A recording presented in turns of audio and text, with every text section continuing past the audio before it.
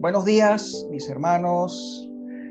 Les saludo y como siempre, bastante animado y motivado de poder compartir con todos ustedes un tema tan profundo, importante y necesario en estos momentos históricos y de avance del mal y de mucha confusión, como lo es el tema de las cosmovisiones y de manera particular el teísmo bíblico o cosmovisión judeo-cristiana.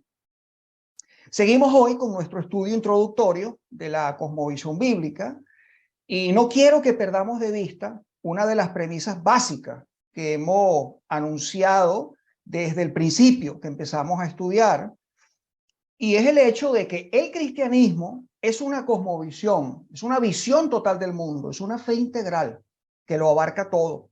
Nuestros pensamientos, nuestras acciones, el aquí y el ahora, nuestra vida social completa, y no solo en el siglo venidero. La urgencia para el momento es precisamente recuperar la cosmovisión bíblica, y para eso es necesario hacer muchas cosas que nos van a costar, como por ejemplo reconocer el problema, evaluarlo y cuantificarlo. También ser humildes y arrepentirnos de nuestra cobardía, de nuestra desobediencia parcial e inoperancia. Y finalmente, renovarnos de manera integral, teniendo un corazón enseñable. Hemos venido estudiando el tema de cosmovisión, tocando varios puntos importantes. En las dos primeras sesiones estudiamos la parte conceptual de lo que es una cosmovisión. ¿Okay? En la segunda sesión también estudiamos un punto crucial que define muchas cosas, y es el tema del reino de Dios. Ahora bien, ese importante tema quedaría con poco sustento si no lo acompañamos con otro tema de gran importancia, y es el que precisamente vamos a desarrollar en el día de hoy. En primer lugar, nos vamos a concentrar en lo que es la naturaleza y la misión de la iglesia. Oye, qué importante para nosotros saber y entender eso. Para luego finalizar con el tema de los paradigmas o modelos de iglesia a lo largo de la era cristiana. Necesitamos tener mucha claridad a la hora de entender, por un lado, lo que es el reino de Dios y por el otro lado, lo que es la iglesia. Entonces vamos a empezar. ¿Cuál es la naturaleza? ¿Cuál es la misión de la iglesia en este mundo? La premisa aquí, para dar inicio a nuestro primer punto, es que la iglesia cristiana, como el pueblo de Dios del nuevo pacto, ha venido perdiendo la cosmovisión bíblica, lo cual ha traído como consecuencia, por un lado, iglesias débiles y poco relevantes, y por otro lado, un aumento del secularismo a nivel mundial, trayendo esto consigo todo tipo de males sociales. Francis Schaeffer publicó en el año 84 su último libro, llamado El Gran Desastre Evangélico. Yo se los pasé, ese libro lo deben tener ustedes. Ahí lo pasé por el grupo de WhatsApp. Francis Schaeffer deja claro en su libro, él deja clara la idea de que la iglesia lo que ha hecho en los últimos 200 años es darle de alguna manera luz verde al avance de las ideas del secularismo, lo cual ha traído como consecuencia que ella se encuentre cautiva de la cultura de Occidente. Habíamos comentado que el mandato de discipular a las naciones no se ha estado realizando apropiadamente debido a deformaciones históricas que han forzado a la iglesia en ese proceso. ¿Y qué es lo que queremos decir con deformaciones históricas? Esta distorsión de la que hablamos tiene que ver con la naturaleza de la iglesia, por el hecho de que la mayoría de los creyentes no tienen clara esa naturaleza, ni tampoco lo que es la misión de la iglesia en este mundo. Por esto, la iglesia no ha seguido la agenda o el patrón de Dios, sino que se ha desviado de camino, algo que ya ha ocurrido antes en la historia, de la misma manera que también se desvió varias veces, y ustedes eso lo deben saber, el pueblo de Dios del viejo pacto, la nación de Israel. El cristianismo no es más que el pueblo de Dios del nuevo pacto. El pueblo de Dios del viejo pacto fue desechado étnicamente porque había un plan donde la familia de Abraham fue el principio y que al final estaría compuesta de personas de todo pueblo y nación y no solo de una etnia.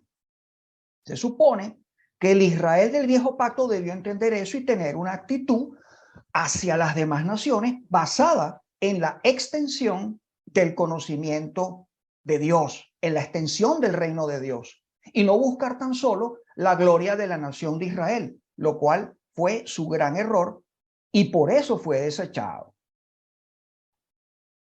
Conceptualmente, ellos eran la iglesia. Como veremos, cuando hablamos de iglesia, hablamos de un pueblo separado, de los llamados afuera. Dios llamó a Abraham afuera de su tierra, Ur de los Caldeos, y formó a partir de él una gran nación, llamada afuera del mundo. Esto quiere decir que la iglesia no empezó en Pentecostés, empezó en Génesis 12. En Pentecostés, ¿qué tenemos? Lo que tenemos es la realización del pueblo de Dios del nuevo pacto, de la continuidad del pacto. Algo importante que debemos entender para no confundirnos con esto anterior es lo que fue en aquel primer siglo el lanzamiento del pueblo de Dios del nuevo pacto.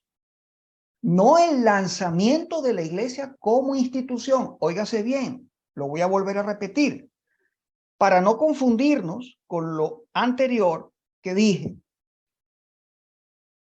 En el primer siglo, lo que tenemos es el lanzamiento del pueblo de Dios del nuevo pacto. Óigase bien, pueblo de Dios del nuevo pacto. No es el lanzamiento de la iglesia como institución. Eso debemos tenerlo muy claro. El Señor Jesucristo redefinió la naturaleza del pueblo de Dios centrado no en los símbolos antiguos del judaísmo, tales como los sacrificios, la Torá, la tierra prometida, el templo, también podríamos las fiestas, etcétera, sino que está centrado en su persona, porque todos estos símbolos del pasado no eran más que letreros que apuntaban a Cristo. Todo eso se cumplió en Cristo. Entonces, Jesucristo es el nuevo templo, es la palabra. Jesucristo es nuestra Pascua, son todas aquellas celebraciones, la ley judicial, es el agua de la roca y un largo etcétera. Todos los simbolismos que representaba la religión judía se redefinen en la persona del Señor Jesucristo. Nosotros somos una continuidad de la nación étnica e histórica de Israel, redefinida por el Señor Jesucristo en base a su persona, no a los símbolos del judaísmo. La nación étnica de Israel, el pueblo de Dios del antiguo pacto, no fue un fin, ni sigue siendo un fin en sí mismo, sino que en realidad fue un medio para alcanzar un fin. Para que el evangelio pudiera ser comprendido entre las naciones, muchísimo tiempo después de la caída, Dios lo que hizo fue que edificó o construyó una cosmovisión, una cultura. Miren qué interesante esto que estoy diciendo.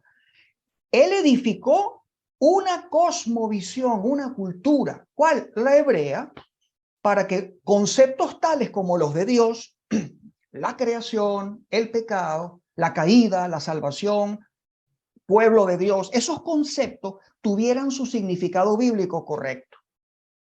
Este proceso de definición de los conceptos redentivos tomó pues, un montón de tiempo, cientos de años, y requirió la edificación de una nación, es decir, Israel, que encarnara y registrara la palabra de Dios en las escrituras dentro del tiempo y el espacio de la historia humana. Primero que nada, vamos a definir apropiadamente ciertos términos. Vamos a basarnos en la Septuaginta. Ustedes saben lo que es la Septuaginta. Se escribió 2 siglos antes de Cristo. Fue una traducción del hebreo antiguo a griego. También vamos a basarnos en el texto griego del Nuevo Testamento y algunas traducciones que hubo después de la Reforma. No voy a hacer mucho hincapié en esto, pero necesitamos manejar ciertos conceptos. Sabemos que la versión de la Biblia hebrea utilizada por Jesús y los primeros discípulos, ¿cuál fue? Fue la Septuaginta, escrita en griego. Bueno, en esa versión, se traduce la palabra hebrea kahal por eclesía en griego. Esa es la traducción griega de kahal. En los textos antiguos, eclesía se refiere a la congregación de Israel, es decir, el pueblo de Dios del antiguo pacto, apartado para Dios para tal cosa, ¿no? Llamado por Dios para tal fin, ¿vale? Eclesía se usa allí para designar a la congregación de Israel convocada para cualquier propósito determinado o una reunión considerada como representativa de toda la nación. La palabra escogida por el Espíritu Santo para designar al pueblo de Dios del nuevo pacto fue esa misma, es decir, eclesía. Entonces, aquí hay algo muy importante que nosotros tenemos que averiguar, que descubrir. En el griego, esta es una palabra compuesta de dos partes. Primeramente, la preposición, está las letras epsilon kappa en griego, ek, o fuera de, afuera. Y luego la forma nominal klesía o llamamiento y que deriva del verbo kaleo, que es llamar. Literalmente, entonces, ¿qué significa? Llamados afuera. Pero la correcta traducción de esta palabra, mis hermanos, en el idioma inglés no es church ni iglesia. La correcta traducción de esta palabra eclesia es asamblea, conforme a la idea que transmitía. Se utiliza 115 veces en el Nuevo Testamento. Stephen Perks, que ya lo hemos nombrado bastante en esta serie de estudios, les he pasado un libro de él también, que les recomiendo leerlo completo, ya que mucha de la información que yo estoy manejando acá me ha apoyado mucho en él. Él es un buen referente para nuestro tema. Tiene un excelente libro, tiene varios libros, pero sobre todo el que les estoy diciendo, de Discipulando las Naciones. Y él analiza en ese libro muy bien el verdadero significado de lo que es la iglesia. Fíjense ustedes lo que él dice. El sustantivo eclesía es un término, escuchen bien, político, que significa una asamblea de ciudadanos regularmente convocada, la asamblea legislativa. La eclesía fue desde el siglo V antes de Cristo la asamblea del demos en Atenas y la mayoría de las ciudades-estados griegas, siendo el demos el término griego clásico para el pueblo organizado como en un cuerpo político.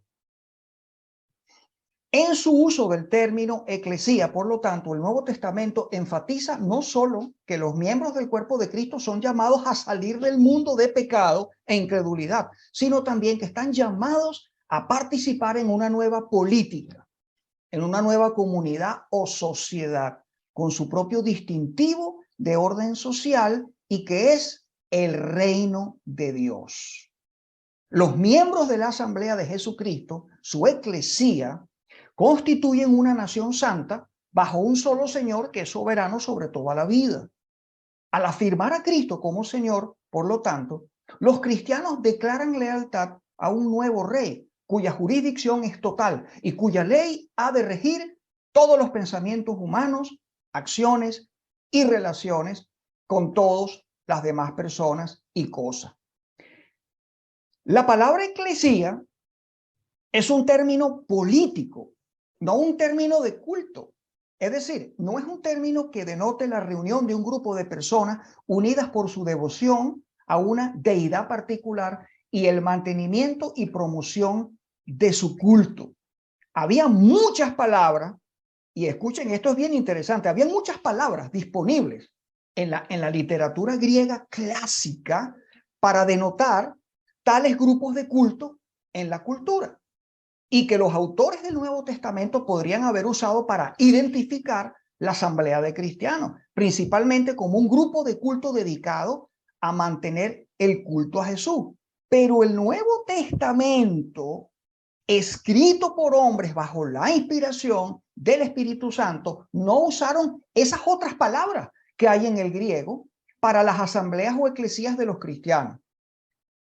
El Nuevo Testamento no identifica a la eclesía, la asamblea de los que sirven al Señor Jesucristo, como un culto de misterio. Esto es una palabra importante, culto de misterio, sino como una asamblea de los ciudadanos y que corresponde a un nuevo orden político que es el reino de Dios y cuyo propósito de su asamblea es para equipar a los miembros de la asamblea, tú y yo, mi hermano, en su llamado o vocación de proclamar en palabras y obras, escuchen, palabras y obras, la buena nueva del reino de Dios a todo el mundo, hasta que todas las naciones de la tierra se hayan sometido al Señor Jesucristo como su discípulo, cosa que va a ocurrir ya de manera plena cuando el Señor Jesucristo venga, porque es el que va a destruir al enemigo, directamente él, no la iglesia, ¿ok? Para que tengamos eso bien claro. Bueno, habiendo dejado claro el correcto nombre que recibe el pueblo de Dios en el nuevo pacto y lo que significa esto, profundicemos un poco más en lo que es el propósito de la iglesia y que de una manera especial fue bien presentado por el apóstol Pablo en su carta a los Efesios. Ustedes pueden leer luego, ya leen la epístola completa, básicamente los capítulos 1, 2, 3 y 4. ¿Ok? Yo no voy a leer todo eso aquí porque invertiríamos mucho tiempo, pero pueden leerlo para constatar lo que yo les voy a decir ahora. Entonces Pablo allí nos presenta el misterio de las intenciones de Dios y su plan de restaurar un mundo herido por el pecado. El misterio, esa palabra aparece ahí, misterio, es que todo lo que se dañó durante la rebelión de Adán será restaurado a la unidad y a la paz. A Dios la caída no le tomó por sorpresa. Su intención desde antes de la creación era que Cristo viniese y restaurase todas las cosas consigo mismo, lo cual tendrá lugar en la medida que la creación se vaya sujetando a las intenciones, a la voluntad y al señorío de aquel que la creó por medio de Jesucristo. Pablo escribió que el misterio es reunir todas las cosas en Cristo, así las que están en los cielos como las que están en la tierra. El texto en Efesios 1, precisamente esto aparece ahí, creo que es el versículo 10, Efesios 1:10, nos dice claramente que Dios dio a Cristo por cabeza sobre todas las cosas a la iglesia. Cristo es la cabeza de todo y es la cabeza de todo a favor de la iglesia, la cual es su cuerpo. Pero quizás lo que no terminamos de asimilar es que Dios, al hacer esto, también puso todas las cosas bajo los pies de la iglesia. ¿Por qué haría esto Dios por la iglesia? ¿Qué propósito maravilloso tendría Dios para su iglesia? Pablo nos termina de aclarar esto en el capítulo 3 de Efesios. Pablo, en su descripción del misterio, dice que los gentiles son coherederos y miembros del mismo cuerpo y copartícipes de la promesa en Cristo Jesús por medio del evangelio. Eso quiere decir que Cristo, a través de su iglesia, trae paz a una sociedad dividida y enfrentada. De manera que la reconciliación de todas las cosas para con Dios se lleva a cabo por medio de la participación de la iglesia. Entonces, ¿cuál es el plan de Dios? El plan de Dios es restaurar todas las cosas y su sabiduría es multiforme. Estoy prácticamente leyendo los textos bíblicos de Efesios, parafraseados, ¿no? Su plan no va en una sola dirección, sino que es multidimensional, es expansivo.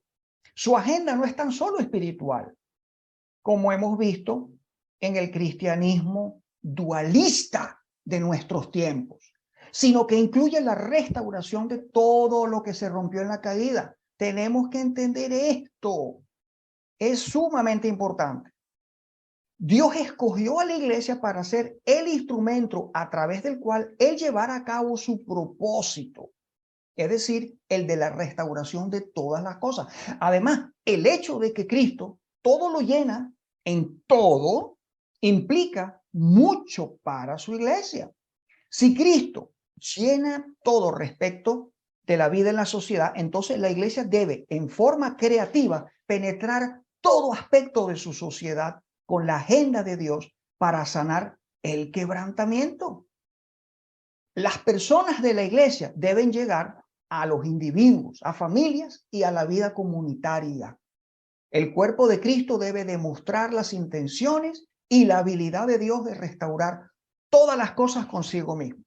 La iglesia no está proclamando una esperanza basada en iniciativas humanas, sino basada en el misterio dado, que es Cristo en vosotros, la esperanza de gloria. Dios quiere manifestar su propósito redentor, su gran agenda a través de la iglesia. No tan solo a través de los creyentes en forma individual, sino también a través de la iglesia local y la iglesia global. Su propósito será cumplido en las comunidades y naciones cuando la iglesia lleve a cabo su misión.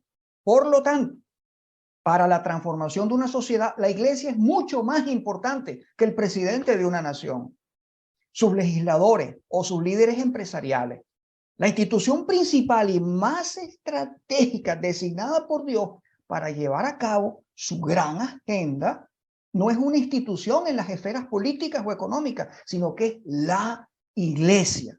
Obviamente, la iglesia y sus miembros infiltrando las esferas de la sociedad, obviamente, conforme al llamado vocacional que tenemos cada uno de nosotros. De lo escrito por Pablo a los Efesios aprendemos que el gran quebrantamiento creado por el pecado es sanado por medio de Jesucristo. Pero aquí surge la interrogante, que es lo que estamos tratando de responder con esta serie de estudios. ¿Cuál es el papel de la iglesia en este proceso? ¿Cómo es que va a servir la iglesia como instrumento a través del cual Dios dará a conocer su misterio? ¿Es realmente la iglesia más importante que otras entidades para avanzar el propósito de Dios, aún más importante que reyes y presidentes? El pueblo del pacto, tanto antes como después de Cristo, fue llamado afuera para un solo propósito. Dios no ha cambiado su agenda, mis hermanos. Y es un propósito que Él va a llevar a cabo sí o sí. La agenda de Dios se define básicamente con la manifestación de su reino en la tierra. Entonces, fíjense, esto es muy sencillo, hermano. Métanse esto en la cabeza. La agenda principal de Dios es hacer avanzar el reino de Dios. No salvar pecadores para que no se vayan al infierno. Eso es una consecuencia. Pero su agenda principal tiene que ver con su reino. Avanzar su reino. Y nosotros, la iglesia, tiene un duro e importante trabajo que hacer en esta agenda. Esto anterior que yo acabo de decir, ¿ok?, es fundamental. Por eso es que es tan importante que los creyentes tengamos una correcta idea o concepto de lo que es el reino de Dios. Si tenemos una vaga, incompleta o incorrecta idea del reino de Dios, fracasaremos en tener una idea bíblica y clara de la iglesia en cuanto a lo que es su naturaleza y su misión en este mundo. Muchos hoy piensan que el reino de Dios era una realidad espiritual para el futuro, después del regreso de Cristo. Sí, es verdad, Jesús dijo, mi reino no es de este mundo. Yo sé que no es de este mundo, pero es para este mundo. Jesús dijo también que el reino de Dios está entre vosotros. Entonces, el reino de Dios es ambas cosas, es presente y es futuro. Jesús enseñó a sus seguidores a orar, recordemos, venga tu reino, hágase tu voluntad, como en el cielo, así también en la tierra. Después del regreso, esta oración la encontramos en Mateo 6, no era para que la voluntad de Dios fuese hecha en la tierra después del regreso de Jesús, de la segunda venida, sino para que sea hecha aquí y ahora, de la misma manera que su voluntad es hecha en los cielos. En la medida que la voluntad de Dios es hecha en la tierra, en esa medida llega su reino a la tierra. Ahora, sí, eso es fundamental, hermano. Es un versículo para nosotros importante que tiene que ver con el reino de Dios. El reino de Dios está donde se cumple su voluntad.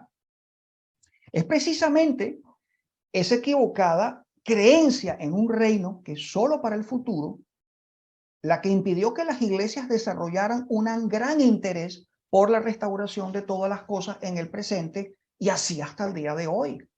Entonces, tenemos que ver esto, hermanos. Tenemos responsabilidad también en lo que está pasando ahorita en el mundo. Esto se lo debemos mucho, y óigase bien lo que voy a decir, al dispensacionalismo de Juan Nelson Darby del siglo XIX. Bob Moffitt, en su libro, Si Jesús fuera alcalde, muy interesante libro para que lo puedan leer para el tema de cosmovisión bíblica, dice algunas cosas que sí sabemos acerca del reino de Dios. El reino de Dios refleja las intenciones originales de Dios para la tierra y todo lo que él habita. Es la principal metáfora o ilustración bíblica para el trabajo redentor de Dios en la historia.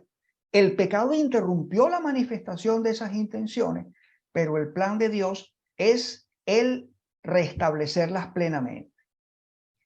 Es una realidad presente. El reino ofrece una esperanza de sanidad y restauración sustancial para el presente, pero su plenitud está todavía por venir. Que muchos aquí luchan.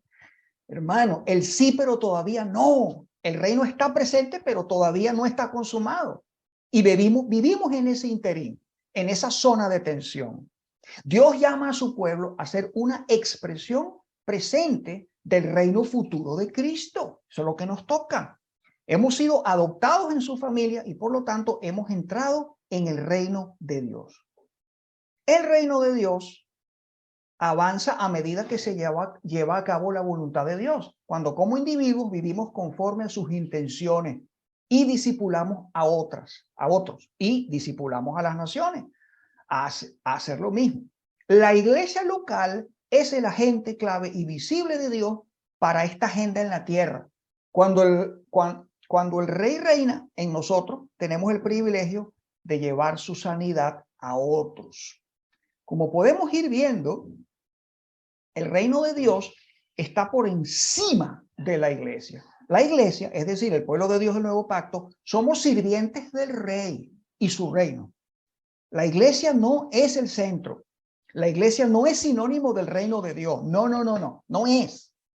Solo Jesucristo es el centro y el rey de su reino.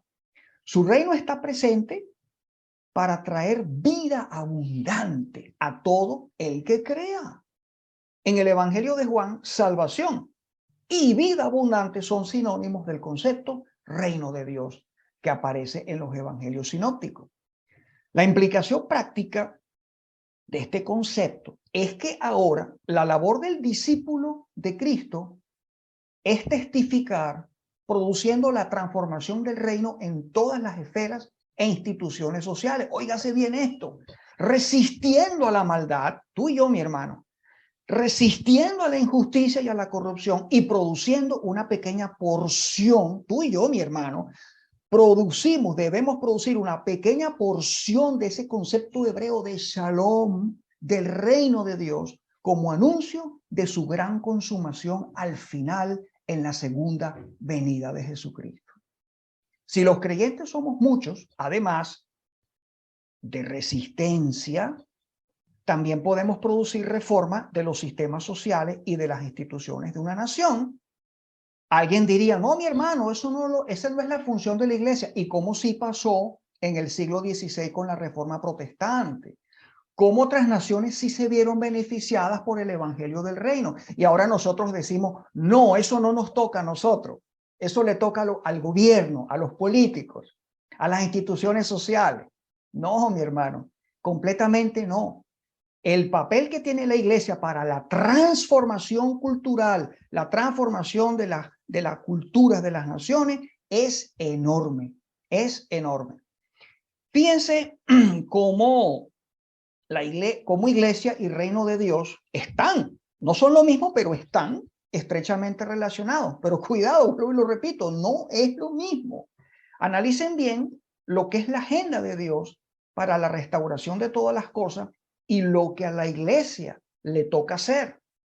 La cuestión aquí sería, ¿cómo está siendo nuestro desempeño haciendo esa tarea?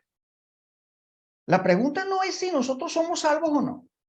A todo el que se afilia al reino de Dios, dicho de alguna manera folclórica, le dan el carnet de la salvación con el sello del Espíritu Santo. Y ese no es el problema. Después de que tú entras al reino, el Señor te sella con el Espíritu Santo de la promesa. Eso lo sabemos. La pregunta es, ¿cuál es el desempeño que el Señor quiere de nosotros? Dios quiere que su reino y su señorío se manifiesten en la sociedad, no en las cuatro paredes de la iglesia solamente.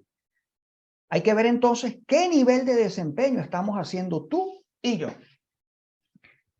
Cuando vemos cómo nuestras sociedades son fácilmente engañadas con la ideología de género, escuchen bien esto, cuando vemos que aceptan tan fácilmente el aborto, cuando vemos que la población en general se deja engañar tan fácilmente por las élites de expertos intelectuales, es porque no tienen sabiduría. ¿Y saben por qué no tienen sabiduría, mis hermanos? No tienen sabiduría porque la iglesia no se las ha dado. En este mundo caído existe una institución, y yo me afirmo en la palabra de Dios. ¿Qué dice la palabra de Dios? En este mundo caído existe una sola institución que es columna y baluarte de la verdad. ¿Y cuál verdad? ¿Solo las verdades teológicas? ¿La salvación por gracia? ¿Solamente se está refiriendo ahí la sola escritura, la justificación por el medio de la fe, las tan trilladas doctrinas de la gracia? No, mis hermanos. Recuerden que toda verdad es verdad de Dios. Sí, mi hermano, ¿y a usted a qué se refiere entonces? Bueno, hay verdades en la ciencia, hay verdades en la economía, en la política, en el arte. Entonces, el activo de la iglesia es darle la verdad a la sociedad. Y si no se la da, es porque la iglesia tiene bajo desempeño. Es un combustible de baja calidad, no sirve, y eso es precisamente lo que estamos viendo ahora. Un cristianismo irrelevante. A pesar, ojo, a pesar de la gran erudición que pueda haber en muchos lugares, porque lo hay, y cantidad de libros y de recursos. El hecho de que la iglesia actual esté ejerciendo con un bajo desempeño no quiere decir que Dios esté perdiendo. No, Dios nunca pierde. Nunca olviden algo, y es que la iglesia es un proyecto de Dios y no puede ser detenido, ni alterado, ni eliminado. El proyecto de Dios, mis hermanos, no corre peligro. El reino de Dios es inconmovible. Dios es el creador, dueño y sostenedor de todas las cosas. Todo le pertenece. Lo que a nosotros nos interesa realmente y de lo que debemos hablar es cuán efectivos vamos a ser en nuestra generación para el proyecto de Dios, para su agenda.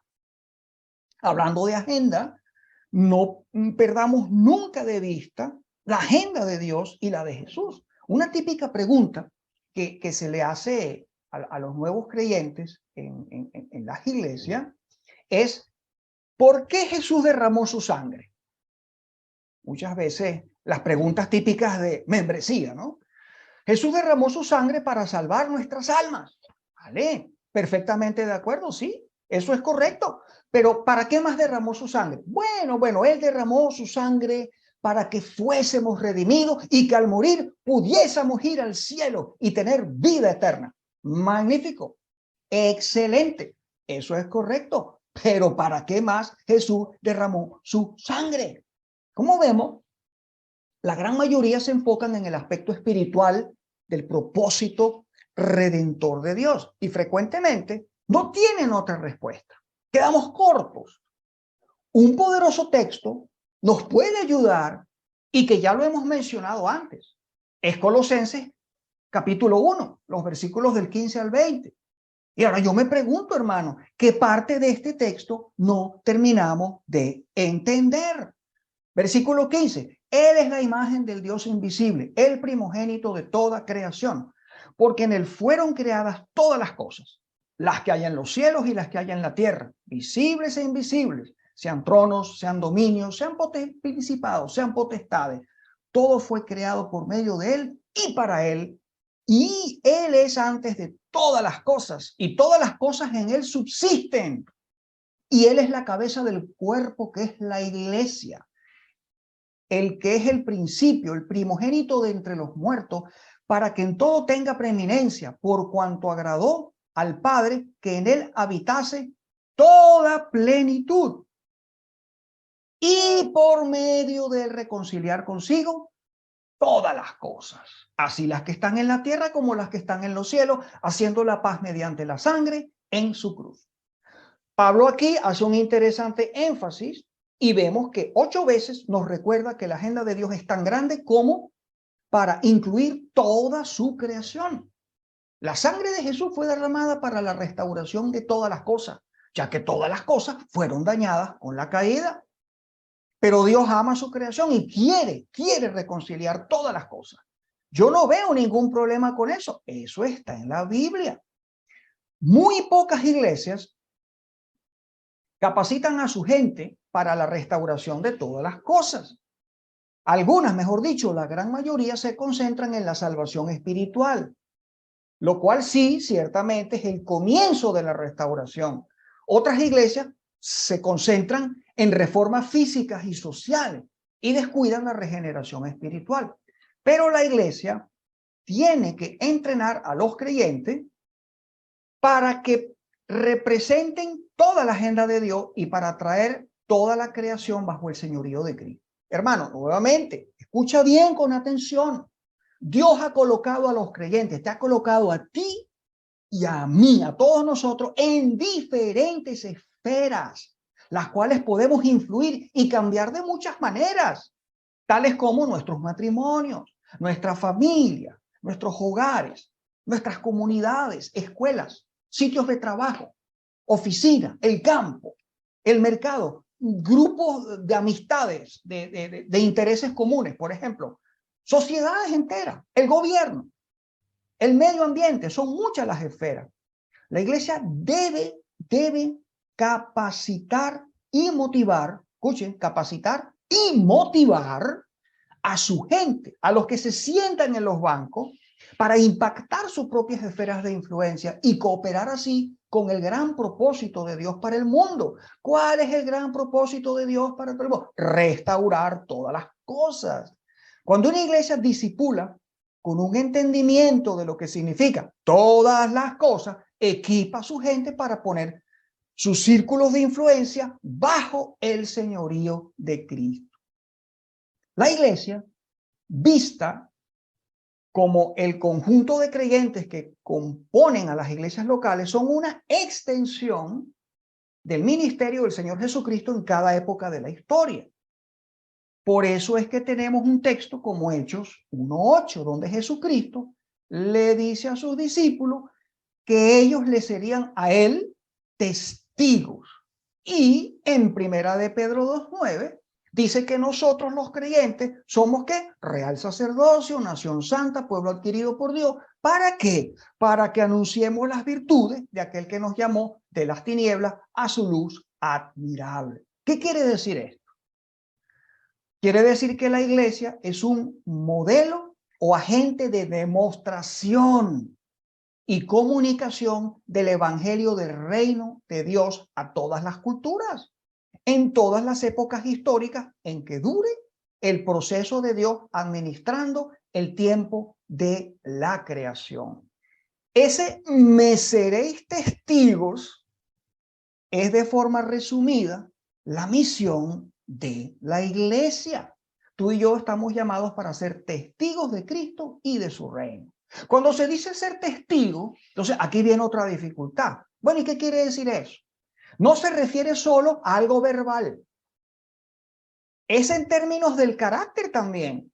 Porque la palabra de Dios, mi hermano, no se te debe olvidar, transforma el carácter de las personas y transforma su mente, sus palabras, sus afectos, su comportamiento.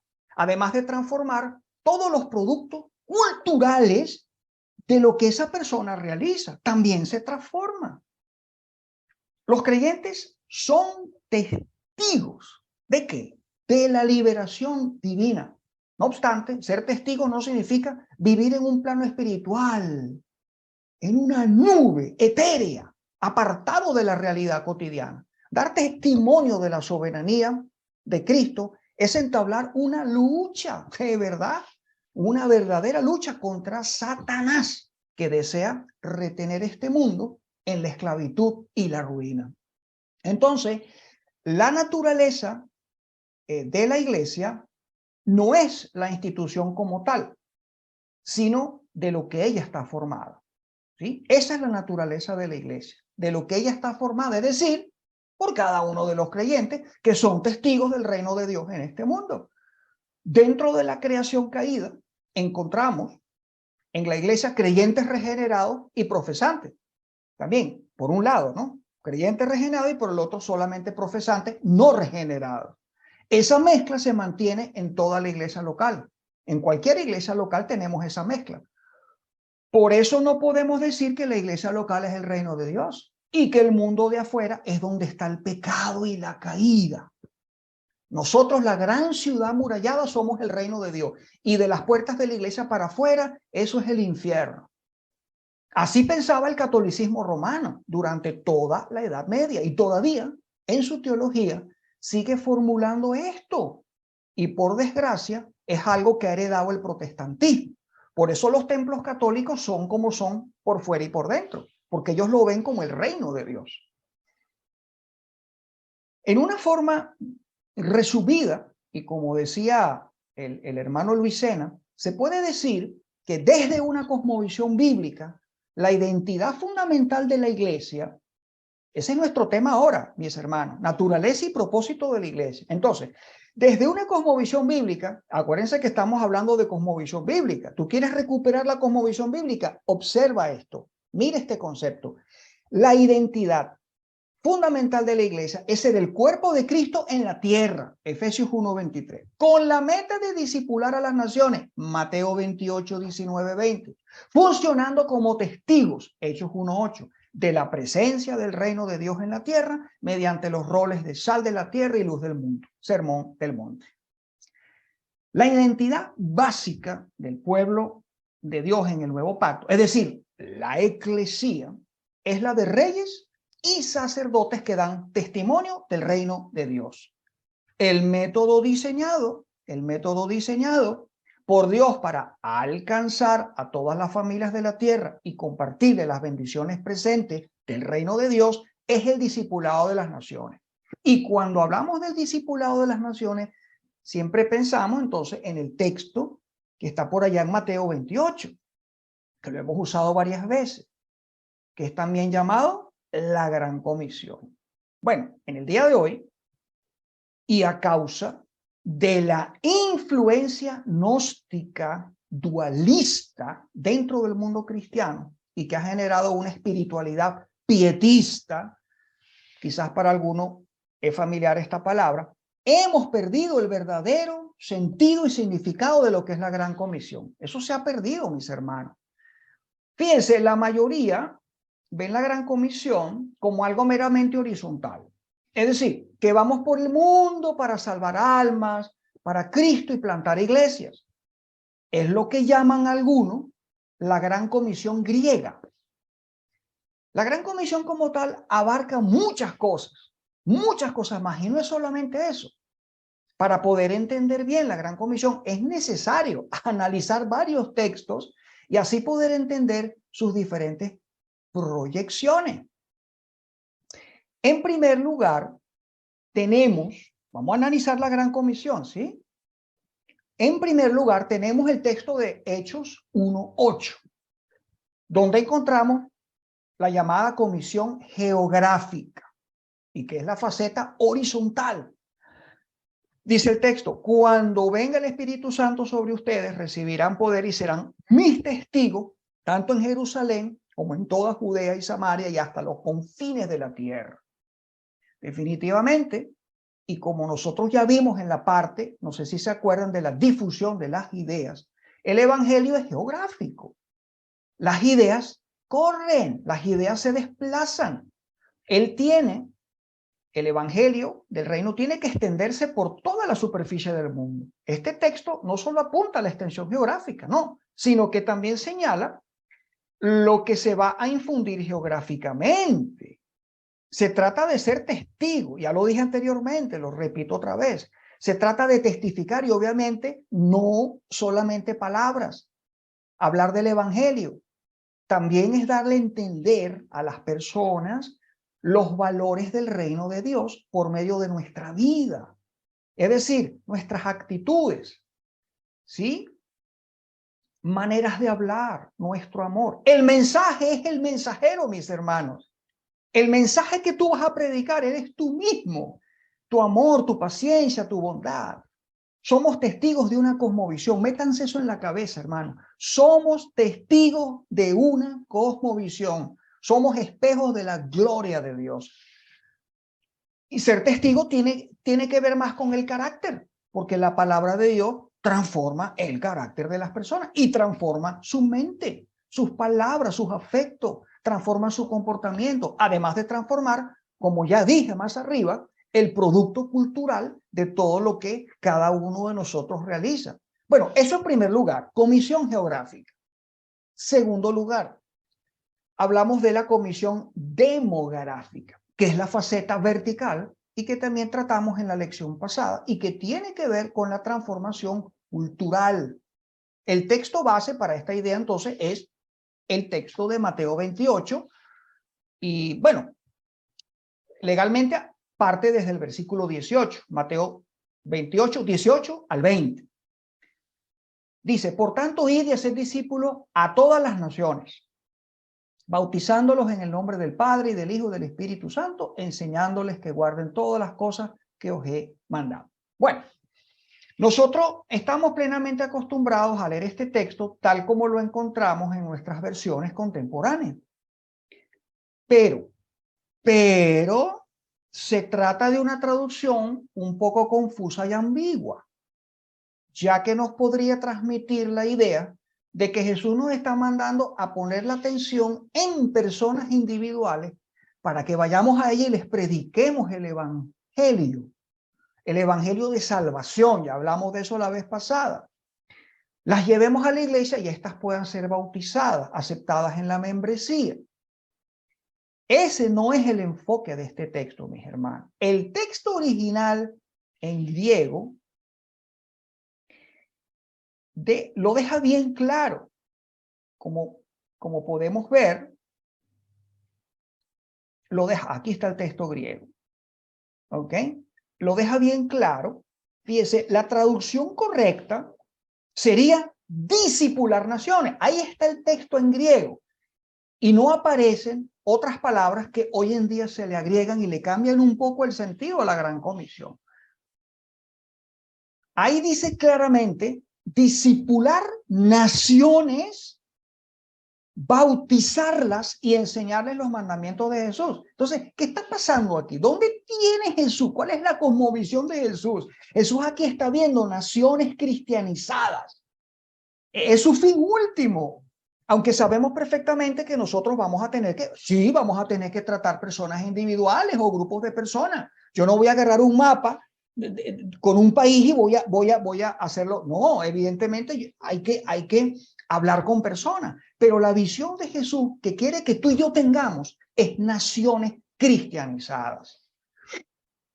El propósito de Dios es redimir a todas las tribus y naciones para sí mismo. Este proceso empieza, pero no termina con el evangelismo de los individuos. De allí cada creyente debería tener la misma visión amplia que tiene Jesucristo. Es decir, el mandato de discipular a las naciones. Este no es un asunto meramente espiritual o religioso. Lo que verdaderamente significa es que cada uno de nosotros debe comprometerse en la misión de llevar las buenas nuevas del reino de Dios a cada sector de la sociedad. El evangelio del reino tiene que penetrar en la cultura, no solo darle la vuelta al mundo, debe penetrar en las sociedades. La correcta visión, mis hermanos, es transformación cultural. En tercer lugar, está la comisión tisográfica. El texto base se encuentra en Marcos 16:15. Vayan por todo el mundo y anuncien las buenas nuevas a toda criatura. En este texto hay dos palabras griegas que merecen nuestra atención. La primera es cosmos, que se traduce, está transliteralizado, cosmos, universo, tierra, y que es la misma palabra que se usa en Juan 3:16, porque de tal manera amó Dios al cosmos. La segunda palabra es tisis, que se traduce como creación o criatura.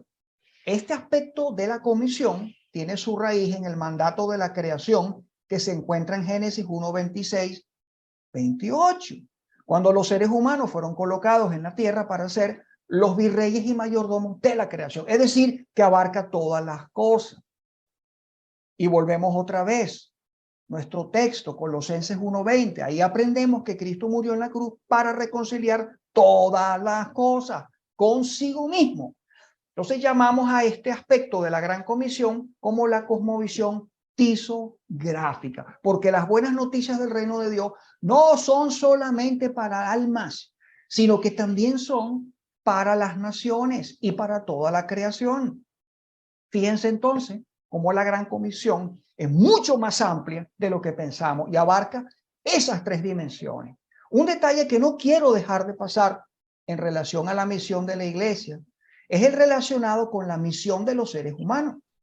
Habíamos dicho en una oportunidad que los seres humanos fuimos creados para ser constructores de cultura. Y eso nos lleva directamente al capítulo 1 de Génesis, al mandato cultural.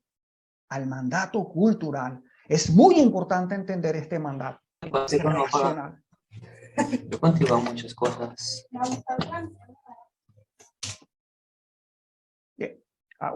Una interrupción ahí. Bueno. Entonces, es muy importante para nosotros entender ese mandato cultural de Dios para el ser humano. Este tema es importantísimo.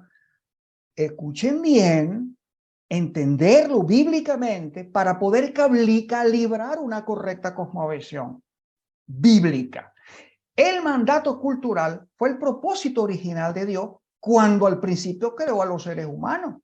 Aunque Dios completó el proceso creativo, lo sabemos, al sexto día, ese no fue el final del desarrollo de la creación, la cual debía seguir siendo desarrollada. Y los seres humanos, creados a su imagen y semejanza, debían continuar el trabajo donde Dios lo dejó. La humanidad entonces es subcreadora, ya que Dios hizo la primera creación, de manera que a los humanos les toca hacer la segunda creación, es decir, la cultura, que revela y glorifica al Creador primero y su creación primera. Entonces, el plan original de Dios no fue abrogado, mis hermanos, como muchos piensan que sí. No fue abrogado a causa de la caída. Este sigue siendo su propósito para nosotros hoy. La primera fase del mandato es fructificar y multiplicar. Significa desarrollar el mundo social. Es decir, constituir familias, iglesias, escuelas, ciudades, gobiernos, leyes. Hay una segunda frase allí. Hay una segunda frase. Sojuzgad la tierra. Y señala tres verdades importantes. En primer lugar, la creación es un sistema abierto en el que se pueden descubrir recursos. Escuchen bien, es un sistema abierto, no cerrado, donde hay recursos disponibles. Se pueden descubrir recursos y generar abundancia. Hermano, no hay excusa para la pobreza. En segundo lugar, los hombres y las mujeres ejercen dominio sobre la naturaleza. Sí, Señor, porque esa potestad la tenemos, nos la dio Dios. Finalmente, como mayordomos de la naturaleza, debemos disfrutarla, cuidarla y preservarla. ¡Qué maravilloso! Dios creó un universo físico y espiritual y humanos, sociales, para proyectar su carácter en el desarrollo de esa creación, es decir, para producir cultura humana, ciencia, arte, espectáculos, baile, tecnología, comidas, platos típicos, literatura, etcétera, etcétera, etcétera. El mandato cultural dado por Dios a todos los seres humanos es de naturaleza cultural, sean creyentes o no, y no es un mandato religioso, ya que Dios creó a la humanidad para que edificara cultura. Y es bien crucial, obviamente, la clase de culturas que se levantan. Independientemente de la vocación y esfera a la que los creyentes han sido llamados, su tarea, tu tarea, mi hermano, mi tarea, como cristianos que somos, consiste, en último término, en crear la cultura del reino. La cultura del reino. Es decir, una cultura que refleje la verdadera naturaleza y carácter de Dios. El pueblo de Dios, somos una nación de seres humanos, llamados a cumplir el propósito de Dios para nosotros, que ciertamente está, sí, empañado por el pecado, pero la presencia del Espíritu Santo da cierto brillo y quita parte de ese óxido que ha dañado ese propósito original. Por lo tanto, el discipulado de las naciones, básicamente, escuchen bien esto, es fundamental. El discipulado de las naciones es básicamente la recuperación del propósito del mandato cultural en Edén, ahora refinado por las enseñanzas del Nuevo Testamento, que concentra la totalidad de lo creado y de lo revelado en la persona del Señor Jesucristo. Eso tiene una importancia grande, porque todo lo que el pueblo de Dios era y todos aquellos letreros que apuntaban al futuro de la redención se concentran en Jesucristo, para que a través de nuestras actividades culturales su señorío y su gloria se dejen ver. No a través de las palabras religiosas de los evangélicos, es a través de los productos culturales de los miembros del pueblo de Dios. Tenemos entonces que el discipulado de las naciones es el relanzamiento en Cristo del mandato cultural de Génesis 1:28. Es una ecuación preciosa. Es preciosa esta ecuación. El discipulado de las naciones es el relanzamiento en Cristo del mandato cultural de Génesis 1:28. Si entendemos eso, tenemos claridad de cómo se conecta esa trayectoria que Dios está trazando y que a la luz de Apocalipsis 21 sabemos dónde termina. Vayan y lean esos textos. Los productos culturales del mandato cultural y del discipulado de las naciones tendrán su lugar en la nueva Jerusalén y no son desechos de la era venidera, más bien son insumos para esta era. Mis hermanos, miren la hebra dorada, el libro dorado que acabamos de trazar desde Génesis 1, pasando por Mateo 28 y terminando en Apocalipsis 21. Creación, caída, redención, consumación, mis hermanos. El texto de Apocalipsis 21 está después de la segunda venida de Cristo y habla de naciones también. Hay que buscar el sentido de nuestra vida, mis hermanos, ¿dónde comienza la Biblia?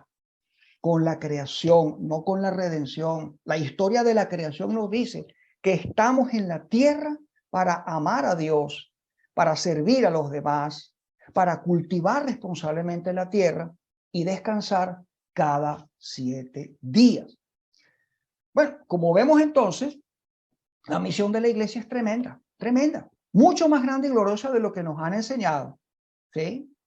Ahora bien, no pierdan de vista el siguiente punto, que es importantísimo. El equipamiento de los miembros de las iglesias, de los que se sientan en las sillitas, que es decir, los miembros de la iglesia, ese equipamiento para el cumplimiento de esta misión del discipulado de las naciones es el que está descrito en Efesios capítulo 4, versículos 11 al 14. Y eso lo vamos a continuar después de un breve descanso, ¿sí? Para entonces entrar en este texto y desarrollar este punto. El equipamiento de los miembros de las iglesias locales. ¿Quién lo realiza? ¿Cómo se realiza? Nos vemos dentro de unos minutos.